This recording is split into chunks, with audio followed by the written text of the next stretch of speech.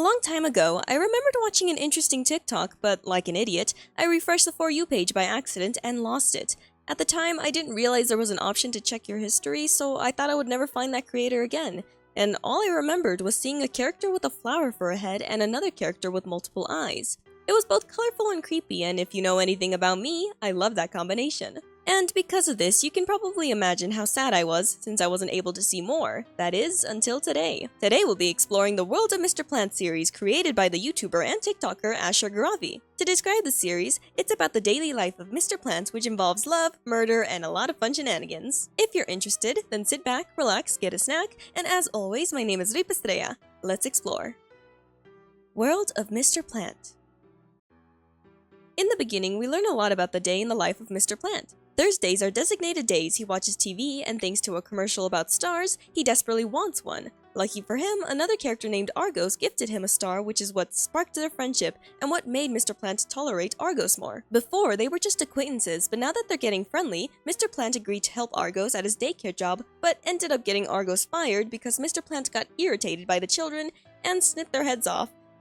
But that's fine. Argos isn't mad because it turns out he's obsessed with Mr. Plant and has a shrine dedicated to him. Oh my. Returning back to Mr. Plant, we learn that he has a pen pal named Mr. Flower, and Mr. Plant has a photo of him hanging on his wall. This is important for me to mention because Argos' new job is a mail carrier, and he met Mr. Flower, who obviously wanted to send a letter to Mr. Plant. Argos, being the obsessed guy that he is, he never sent that letter. To Argos, he likely saw Mr. Flower as an obstacle, so to stop that relationship from blooming, he had to intervene. This intervention must have bugged Mr. Plant because he lacked some sleep, and when he was getting screen tested to figure out what nightmares are best targeted for him, seeing an image of Mr. Flower provoked him. Mr. Plant isn't aware of Argos' meddling, and because of this, Argos' plan seems to be working, and when Argos killed a guy because he couldn't resist his curiosity, Mr. Plant willingly helped him dispose of the body. You see, Mr. Plant is quite familiar with death. He has a pretty high kill count. We'll get into more detail about that later. And hey, actions speak louder than words. Helping your friend dispose of a body? Clearly those two are getting close. And on Christmas Day, Argos finally got that chance to stargaze with Mr. Plant, which is what he constantly asked for, and on Valentine's Day, he received a Valentine's from Mr. Plant, despite Mr. Plant not liking that day. By the way, that gift was a heart that actually was the head of another person. How nice. Anyways, closer than ever with Argos, Mr. Plant now has a full schedule, which is surprising because usually it's empty. You see, Mr. Plant is an introvert, but doesn't mind the occasional company from others, and on one particular day, Mr. Plant and Argos planned a picnic and gathered friends, such as mushrooms, to join them. Wait, nope, the mushrooms aren't joining. They're the meal, and Argos is more excited about eating them compared to Mr. Plant, who thought he made a new friend with the blue mushroom he found. Luckily, the blue mushroom was spared since they were pretty cool, but the other rude mushrooms were likely eaten. What a fun first date! Well, it turns out Mr. Plant got a bit distant after this, which Argos mentioned to his therapist, and honestly, I'm not surprised he needs therapy. Argos is a bit of a busy bee, juggling his mail-carrying job, welcoming committee, babysitting, gardening, and blackmailing work. And now that he's in a relationship, no wonder why he's stressed. So he needs someone who listens, but honestly, he needs someone who can give advice because he can't seem to find any common ground with Mr. Plant after that date. He started questioning what's wrong with him, and one day while at a therapy session, he realized that his therapist wasn't actually listening to him. Argos obviously killed his therapist and later confessed to Mr. Plant that he can't be hardcore, but he wants to impress and maybe scare Mr. Plant, so he'll keep trying. Then Argos' birthday rolled around, but it was a pretty terrible birthday. That is, until Mr. Plant, trying to be a good boyfriend, surprised Argos with a gift, which is a pet rock. So the relationship isn't failing. And Mr. Plant is really trying to play the role of a good boyfriend because when Argos got sick, he got him medicine and likely killed a guy to get him some soup too. How nice. And when Argos wanted to go camping, he obviously joined and didn't question it when Argos left with a camera, then returned with a creature who was assumed dangerous according to the news. Mr. Plant is chill like that. Speaking of which, when going on another trip with Argos, Mr. Plant ran over a guy because he's half banana leaf and apparently those who have banana leaf in their genes can't drive. Regardless, he ran over a guy and Argos was obviously freaking out, while Mr. Plant was calm and had a plan. The location they were visiting had a black hole, so that's where they tossed the body. All in all, good times with these two. If Argos is in danger because of a monster, Mr. Plant is there. If Argos is struggling with dealing with death of a loved one, Mr. Plant is there. Everything is running smoothly. That is, until Argos nominated Mr. Plant as the Void's superstar. You see, Mr. Plant hates attention, so this irritated him, but because it was Argos, he had to be calm and accept that he's now famous. Sadly, the paparazzi started to get on his nerves, and he went on a bit of a killing spree. The upside to this is that Mr. Plant realized that the only attention he likes was being seen as dangerous, so it wasn't completely horrible, and it makes people avoid him more, so that's nice for our introverted protagonists. Oh, but Argos of course is an exception since, Mr. Plant likes his company, and we see their relationship grow more since Mr. Plant, the normally relaxed guy, unexpectedly feels terrified when he lost Argos while on another date. Mr. Plant even talked to people just to find Argos, which is surprising because again, Mr. Plant is introverted and he doesn't really like people. Luckily, eventually the two reunited, and this is when Mr. Plant relaxed and the two enjoyed yet another beautiful date with a star-filled night. Now, stepping away from the relationship for a moment, Mr. Plant has accidentally received the mail that belonged to his neighbor, Mr. Bellis, so he went next door to return it as Argos prepared some cookies. Mr. Bellis is an old flower and he mistook Mr. Plant for someone named Daisy, who has been sending him letters, wanting to figure out if he's the father, specifically their father. And while Mr. Plant was observing his neighbor's home, Mr. Plant couldn't help but feel a familiarity while there. That is, until unexpectedly the old man died during the visit, and thanks to the letter Mr. Plant mistakenly received, he learned that Daisy wasn't the man's daughter, so he's not the father. Yikes. Also, earlier, Argos was excited to meet the neighbor, but Mr. Plant didn't want to tell Argos the bad news, so he kind of wore that old man's face. Love makes you do strange things, okay? Anyways, Argos soon helped Mr. Plant get a new job, which ended with Mr. Plant killing some kids' parents and stealing their TV, but honestly, trust me, they deserved it since they were tormenting their kid. Ugh.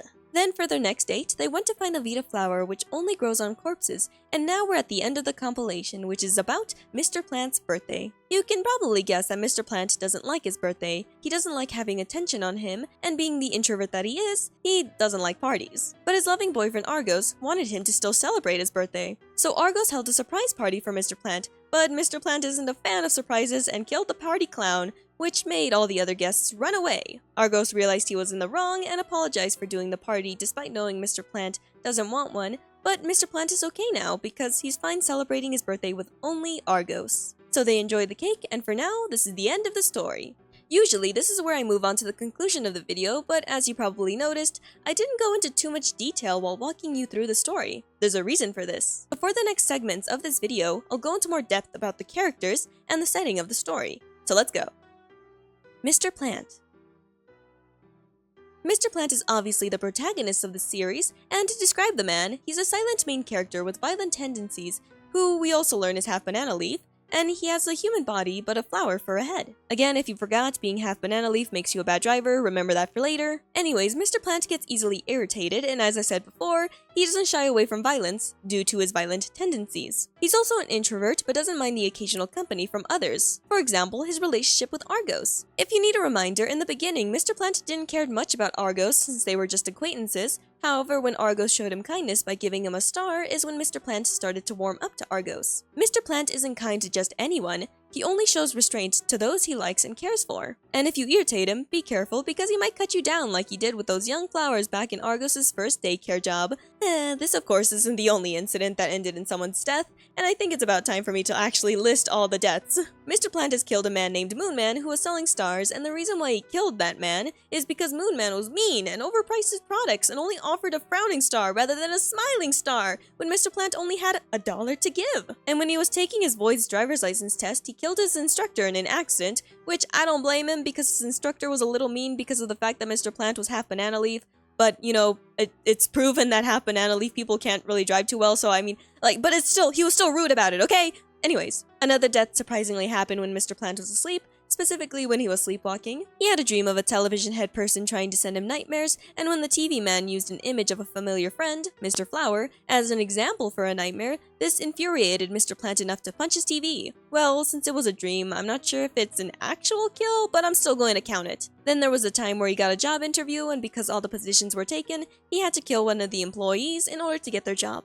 On Valentine's Day, he killed a guy with a heart for a head to use as a gift for Argos. Mr. Plant also killed a tomato in order to take the expensive medicine from him and to turn him into soup for Argos, turning humans into jack-o'-lanterns. He also ran over a man when going on a trip, and when Argos and his scout troop were in trouble, Mr. Plant stepped in and dealt with the monster, and later he killed some kids' parents, but he was justified because those parents tormented their son, And finally, he killed the clown from his birthday party. I think I named them all, but if I missed a death or two, then I'm stupid and my brain is blanking on me. Regardless, that's the end of his kill list for now, and let's continue on to more aspects of Mr. Plant. Mr. Plant usually has an open schedule, only giving up time sparingly to people he cares for, and the reason why it's usually empty is because in the beginning, he was a bit of an introvert who likes chilling at his home. And looking at his calendar, we see something interesting next to it. A photo of a person named Mr. Flower, which is a character we'll go into detail about later, but I can say is someone likely important to Mr. Plant during the beginning of the series, before Argos came in. Mr. Flower was likely pen pals with Mr. Plant,